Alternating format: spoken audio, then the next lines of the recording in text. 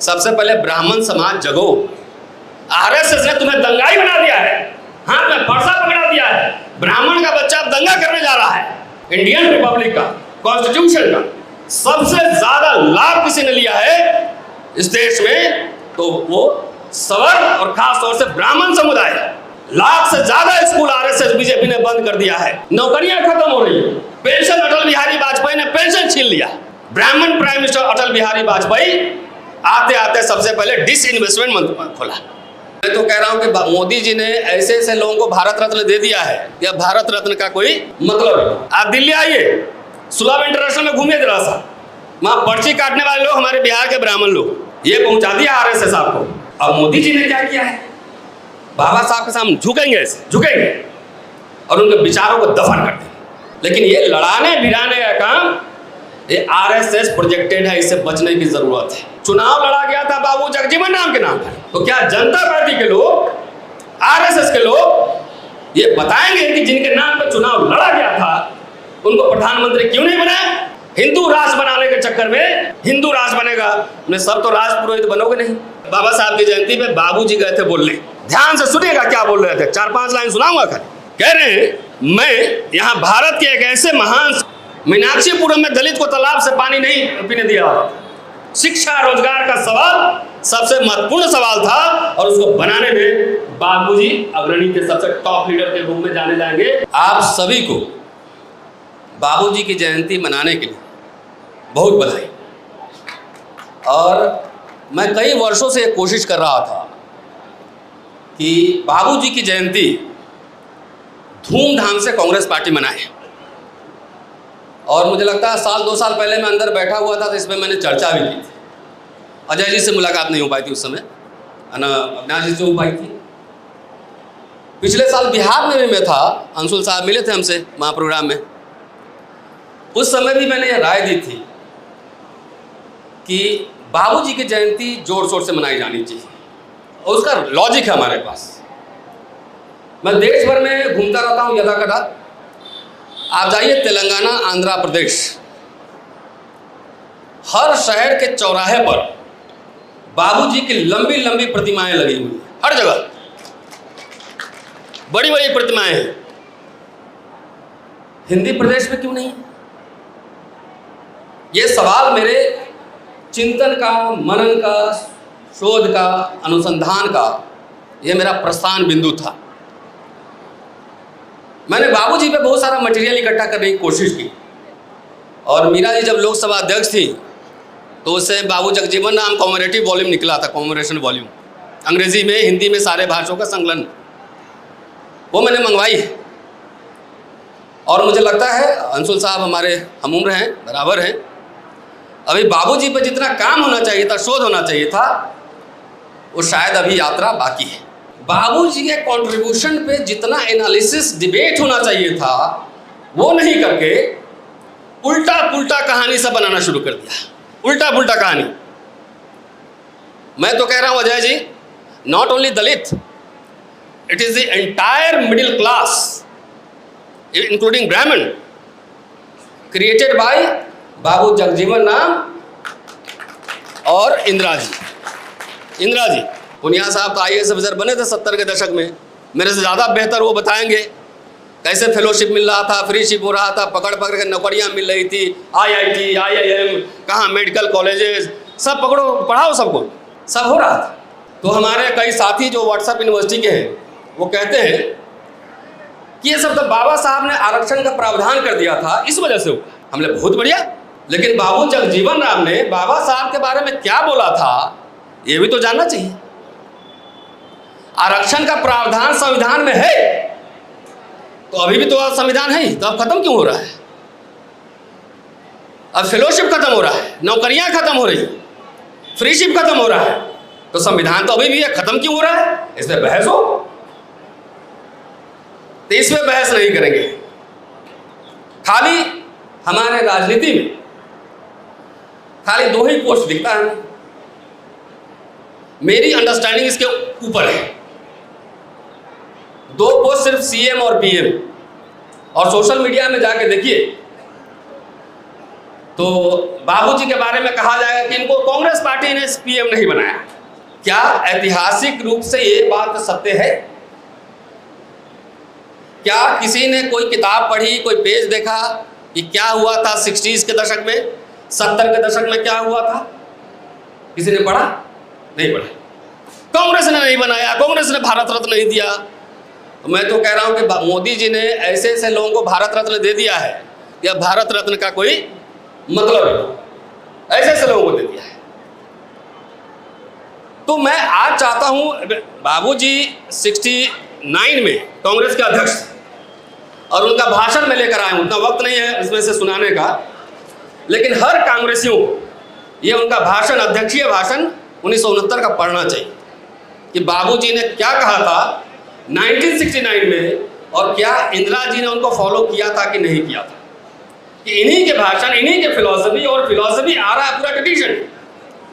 भाई मैं दलित पॉलिटिक्स में लैंडमार्क अगर मानता हूं तो गुरु रविदास है, बाबा साहब है, बाबू जगजीवन राम है। रियल जो प्लेयर हैं, जो फील्ड में खेल रहे थे, कैसे दलित को एम्पावरमेंट किया जाए। एम्पावरमेंट का मतलब सिर्फ पॉलिटिकल एम्पावरमेंट नहीं, आर्थिक रूप से कैसे सशक्त किया जाए, कैसे पढ़ाया जाए, कैसे नौकरी में लाया जाए, ये तमाम बातें थी। कांशीराम जी हुए, पॉलिटिकल एम्पावरमेंट किए। बहन जी हैं, पॉलिटिकल एम्पावरमेंट के प्रतीक हैं। लेकिन आज उन पे इसलिए नहीं बोलूंगा कि उनकी पॉलिटिक्स कहाँ गई, ये समाज अपना मूल्यांकन करेगा, समय के साथ समाज मूल्यांकन करेगा। मैं तो इतिहास का छात्र हूँ, मैं इतिहास पढ़ता हूँ, पढ़ाता कि आगे जो बार बार दलित राजनीति में सीएम पीएम की बात होती है। आपको पता है कि शास्त्री जी के निधन के बाद प्रोमिनेंट 3 पीएम के उम्मीदवार थे। 3, मोरारजी देसाई, बाबू जगजीवन राम और इंदिरा जी। कामराज साहब ने मना कर दिया था कि मुझे अंग्रेजी भी नहीं आती है और हिंदी भी नहीं आती है, इसलिए मैं पीएम का उम्मीदवार नहीं हूं। 3 उम्मीदवार थे, जिसमें बाबूजी थे, इंदिरा जी थी और मोरारजी देसाई, और नीलम संजीव रेड्डी भी थे। उनकी भी कहानी सुना दूंगा। बाबूजी ने इंदिरा जी के पक्ष में अपना नॉमिनेशन विड्रॉ किया कि अगर मैं इलेक्शन लड़ूंगा तो चूंकि मोरारजी देसाई कांग्रेस के अंदर दक्षिणपंथी माने जाते थे, दक्षिणपंथी, तो मैं चुनाव लड़ूंगा तो इंदिरा जी हार जाएंगी और मोरारजी देसाई पीएम बन जाएंगे। तो उन्होंने विड्रॉ किया। फिर आइए, देखिए बड़े बड़े लोगों से बड़े बड़े मिस्टेक्स भी होते हैं। मैं कई बार कह चुका हूं, कई मंचों से कह चुका हूं कि बाबा साहब अगर कैबिनेट से रिजाइन नहीं करते, जैसे हमारे लोग व्हाट्सएप यूनिवर्सिटी में फैलाते हैं, जैसे बाबा साहब और बाबूजी कैबिनेट में जब बैठते थे ना तो खाली झगड़ा करते रहते थे। इनको पता ही नहीं है कि दोनों व्यक्ति के बीच में पत्राचार होता था। 1935 में जब एनिहिलेशन ऑफ कास्ट छपी, बाबूजी ने बाबा साहब को चिट्ठी लिखा कि मैं इस किताब का हिंदी अनुवाद करना चाहता हूं। 35 की बात कर रहा हूं मैं। जब बाबूजी कैबिनेट में लिए गए तो बाबा साहब ने पहला बधाई संदेश भेजा, पहला संदेश भेजा। हमारे दलित पॉलिटिक्स में क्या किया कि बाबा साहब और बाबूजी जैसे झगड़ा करते रहते थे। ऐसा नहीं है, ऐसा नहीं है। दोनों अच्छे मित्र भी थे। जब बाबा साहब का परिनिर्वाण हुआ तो उस परिवहन मंत्री, हवाई जहाज के मंत्री बाबूजी थे। उन्होंने हवाई जहाज की व्यवस्था की जाने। लेकिन ये लड़ाने भिड़ाने का काम ये आरएसएस प्रोजेक्टेड है, इससे बचने की जरूरत है। एक के बरक्स दूसरा खड़ा कर दो, इसके बरक्स दूसरा खड़ा कर दो, ये आरएसएस का है। और मैं बगैर दस्तावेज के कोई बात नहीं करता। बाबूजी का भाषण है 1983 का, मद्रास में मैं लेकर आया, बाबा साहब की जयंती में भाषण, और क्या शानदार भाषण है उनका, अंग्रेजी में दिया गया भाषण है। तो 77 में बाबूजी ने कांग्रेस छोड़ दी,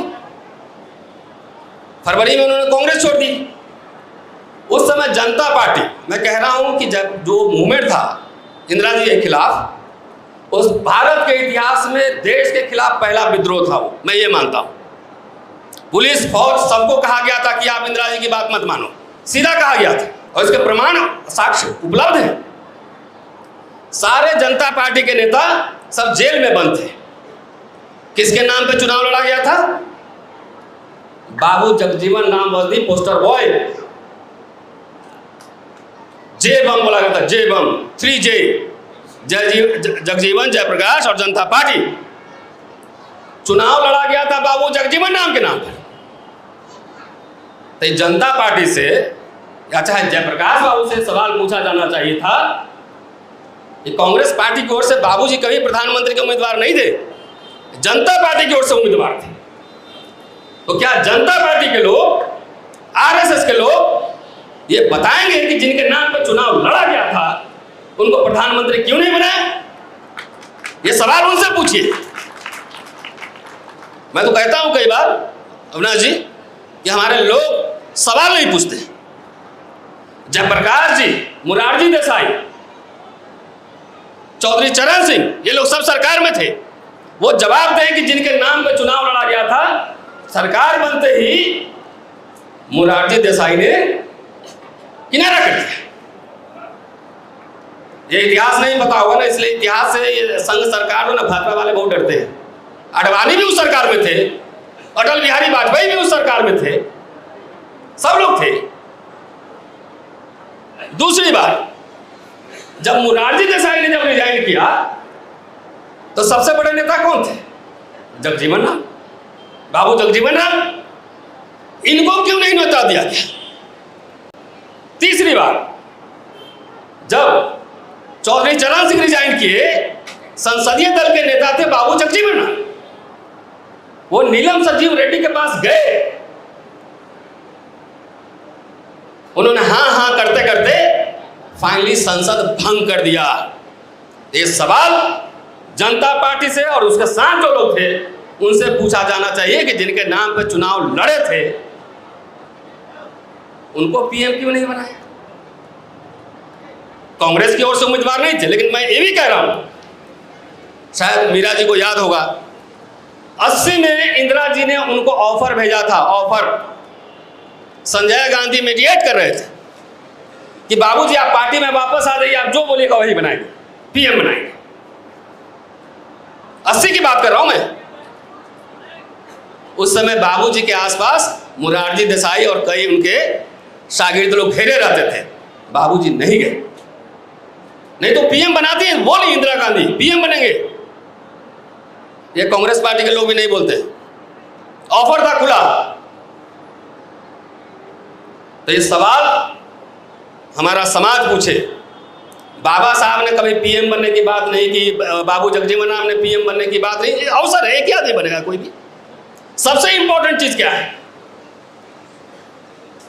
सबसे इंपॉर्टेंट चीज है जो कि बाबा साहब ने भी ग्रीवांसेस ऑफ शेड्यूल कास्ट 1942 में जब लॉर्ड लिथगो को उन्होंने मेमोरेंडम दिया था तो उन्होंने लिखा था कि हमारे समाज के लिए जो सबसे जरूरी चीज है, जो जीवन मरण का प्रश्न है, वह शिक्षा और रोजगार का सवाल। क्या? शिक्षा और रोजगार। दस्तावेज उठा के देख लीजिए, बाबूजी के भाषणों में भी बार बार वो बात है, शिक्षा, रोजगार, स्कॉलरशिप, फेलोशिप। आज हमारा समाज गुमराह हो गया है। लाख से ज्यादा स्कूल आरएसएस बीजेपी ने बंद कर दिया है। नौकरियां खत्म हो रही है। पेंशन अटल बिहारी वाजपेयी ने पेंशन छीन लिया, इंदिरा जी ने पेंशन दिया था। मैं कई बार बोलता हूं कि सबसे ज्यादा लाभ इंडियन रिपब्लिक का, कॉन्स्टिट्यूशन का सबसे ज्यादा लाभ किसी ने लिया है इस देश में, तो वो सवर्ण और खास तौर से ब्राह्मण समुदाय है। SC ST को तो रिजर्वेशन से थोड़ा सा मिला ना, बाकी तो जितने स्कूल, कॉलेज, यूनिवर्सिटी, BHU, पूरा इंटायर BHU, मैं काम किया हुआ जाके PhD, सारे यूनिवर्सिटी, कॉलेज, कैबिनेट सेक्रेटेरिएट जहां जाएंगे तो वहां पे कौन लोग बैठे हुए थे? मेरे दोस्त रविकांत है, पता नहीं आए नहीं आए, बड़ा एक प्रतीक कहते हैं, जो मैं थोड़ा ठेठ लहजे में कहता हूं, क्योंकि बिहार का हूं तो थोड़ा ठेठ लखनवी अंदाज हमारे पास नहीं। तो कहते हैं कि जवाहरलाल नेहरू ने पेन, कलम और सरस्वती को प्रतीक बनाया, तो उन्होंने एम्स खोले, यूनिवर्सिटी खोले, कॉलेज खोले, पढ़ाया सबको, नौकरी दिया। इंदिरा जी ने तो भरपूर नौकरी दी, सारा बैंक का नेशनलाइजेशन कर दिया, पब्लिक सेक्टर खड़ा किया, रजवाड़े खत्म कर दिए, पेंशन दिया। तो एक सेकुलर सोशलिस्ट डेमोक्रेट ब्राह्मण प्राइम मिनिस्टर ने ब्राह्मणों को विद्या का रास्ता दिखाया पढ़ने का, और एक communal right winger fascist pro capitalist ब्राह्मण प्राइम मिनिस्टर अटल बिहारी वाजपेयी आते आते सबसे पहले डिसइन्वेस्टमेंट मंत्र खोला। डिसइन्वेस्टमेंट, पेंशन छीन लिया। अब यहां बहुत सारे पुराने साथी हमारे बैठे हुए हैं, पेंशन तो मिल रहा होगा ना, और उसी पेंशन के पैसा से बेटा आपका पेट्रोल डलवाता है बाइक में। छीन लिया गया सब कुछ। और तभी मैं कह रहा हूं सबसे पहले ब्राह्मण समाज जगो। आरएसएस ने तुम्हें दंगाई बना दिया है, हाथ में फरसा पकड़ा दिया है। ब्राह्मण का बच्चा दंगा करने जा रहा है, झंडा फहराने जा रहा है बहराइच में, गोली खा रहा है। तो अगुआ जो समाज का दावा करते हैं, पहले वो सोचे कि आपका बच्चा कहां जा रहा है, एक बार चेक कीजिएगा, पूछिएगा कि दिन में जाएगा लाठी तो नहीं चला रहा है, फरसा तो नहीं चला रहा है। तो सारे स्कूल, कॉलेज, यूनिवर्सिटी, नौकरी सब खत्म कर दिया है, और उसी को बाबू जगजीवन राम, इंदिरा जी वही बना रहे थे। कई बार हमसे पूछते हैं लोग, बोले यहां कई लोग बैठे होंगे जिसका पेट्रोल पंप और गैस एजेंसी होगा, दलित लोग, कैसे मिला? 10-10 लाख रुपए आ रहे हैं महीने के, 10-10 लाख महीने आ रहे हैं। जो गैस एजेंसी चला रहा है, पेट्रोल पंप चला रहा है, पूछे उनसे। अब मोदी जी ने क्या किया है? बाबा साहब के सामने झुकेंगे, झुकेंगे और उनके विचारों को दफन कर देंगे। अब इंडियन ऑयल अडानी गैस लिखा हुआ आता है, चेक कर लीजिएगा तनु साहब, इंडियन ऑयल अडानी गैस। तो संविधान तो अभी भी है, आरक्षण तो अभी भी है, लोग कहां ये बताओ। मैं ओएनजीसी के प्रोग्राम में था, नेहरू जी ने बनाया था 1956 में, और बाबा साहब का आइडिया था। 30,000 स्टाफ होते थे, आज घट के 22,500 हो गए। हम लोग उसमें से 22% मान लो SC ST, 10% 15% OBC होगा, से ज्यादा नहीं होगा। तो 60% कौन? 20,000 लोग के घर में 1-1 लाख रुपए जा रहे हैं, 1-1 लाख। कैलकुलेट कर लीजिए कितना अरब रुपए आपके घर में हर महीने जा रहे हैं। अब मोदी जी सबको जो प्राइवेटाइज कर देंगे तो सब 35,000 पे काम करेगा। आप दिल्ली आइए, सुलभ इंटरनेशनल में घूमिए जरा सा, वहां पर्ची काटने वाले लोग हमारे बिहार के ब्राह्मण लोग, ये पहुंचा दिया आरएसएस आपको, ये क्या है। और अभी भी आंख नहीं खुल रही है हमारे समाज को। खास तौर से मैं कह रहा हूं, इंडियन रिपब्लिक, इंडियन कॉन्स्टिट्यूशन का सबसे ज्यादा लाभ लिया इस देश में तो आरक्षण के थ्रू SC ST पहले मिला, और उसके अलावा सवर्ण समाज ने लिया, खास तौर से ब्राह्मण। हिंदू राष्ट्र बनाने के चक्कर में, हिंदू राष्ट्र बनेगा, सब तो राज पुरोहित बनोगे नहीं, सब तो नहीं बनोगे। तो कुछ लोग को ये टिक टिक चलाना पड़ेगा, चाइनीज वाला साइकिल, कुछ को सुलभ इंटरनेशनल में काम करना पड़ेगा, कुछ को मजदूरी करना पड़ेगा। तो जो बनाया गया था, और स्पेशली मैं कह रहा हूं बाबू जगजीवन राम का जो कंट्रीब्यूशन है, और इंदिरा जी सुनिए, अरे बाबा साहब ने तो इंदिरा बाबूजी कहती थी, बाबूजी, that was a great honour, बाबूजी। और बाबूजी और बाबा साहब के बारे में जिन लोगों ने कंफ्यूजन फैलाई, वो किताब मेरे हाथ में है, 1983 का मद्रास का भाषण पढ़ लें। बाबा साहब की जयंती पे डॉक्टर अंबेडकर, बाबा साहब की जयंती पे बाबूजी गए थे बोलने, और ध्यान से सुनिएगा क्या बोल रहे थे, 4-5 लाइन सुनाऊंगा खाली। कह रहे हैं, मैं यहां भारत के एक ऐसे महान सपूत डॉक्टर अंबेडकर को अपनी श्रद्धांजलि अर्पित करने आया हूं, जो एक सामाजिक क्रांतिकारी थे तथा देश की दलित मानवता के महान अगुवा थे। डॉक्टर अंबेडकर ने इस देश में मौलिक सामाजिक परिवर्तन के लिए कार्य किया।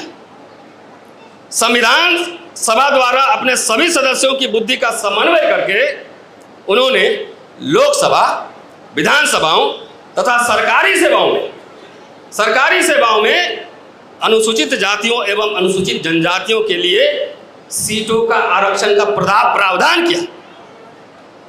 दुर्भाग्य से डॉक्टर अंबेडकर दिसंबर 1956 में दिवंगत हो गए। आरक्षण की पूरी कार्रवाई और संरचना बाकी थी, आरक्षण लागू नहीं हुआ था। अभी थ्योरेटिकल एक सैद्धांतिक जामा बनाया गया था। मैंने यथाशक्ति उस संरचना को पूरा करने का प्रयास किया। मतलब कंकाल बना हुआ था, स्केलेटन था, बाबूजी ने उसमें ब्लड और फ्लेश डाला। ये है कंट्रीब्यूशन। आज आप प्रमोशन में आरक्षण की बात कर रहे हैं ना। प्रमोशन में 1957 की कहानी सुनिए।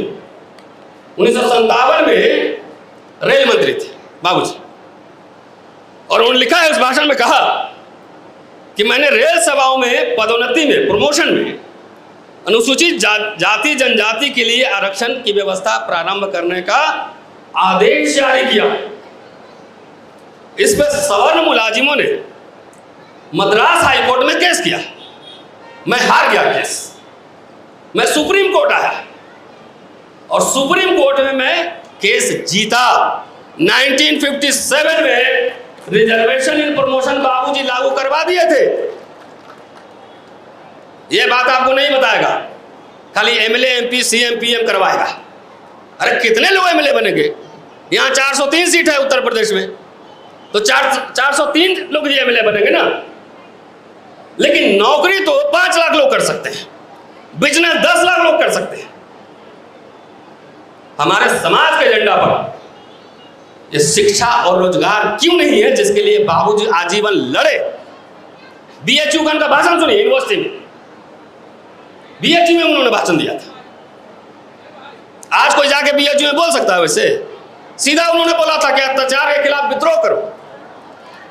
बीएचयू कह रहे हैं कि मैं जीता, और आगे कह रहे हैं कि मैंने, सबसे इंपॉर्टेंट चीज, कि मैंने कैबिनेट के बगैर सलाह के, किसके?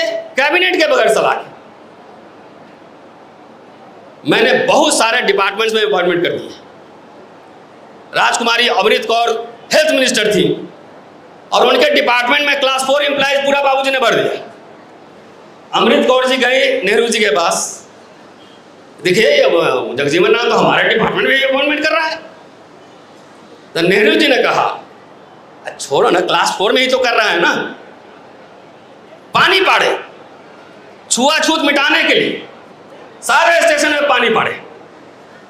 सबको पेंशन भी मिल रहा होगा, मोदी जी सबको बेच रहे हैं, सारे नौकरी खत्म। पानी पाड़े, तनख्वाह मिल रही है। भाई जिनको छुआछूत मानना है उनसे पानी मत पियो। सारे दलितों को अपॉइंट कर दिया वहां पे, वाल्मीकि समुदाय के लोगों को अपॉइंट किया।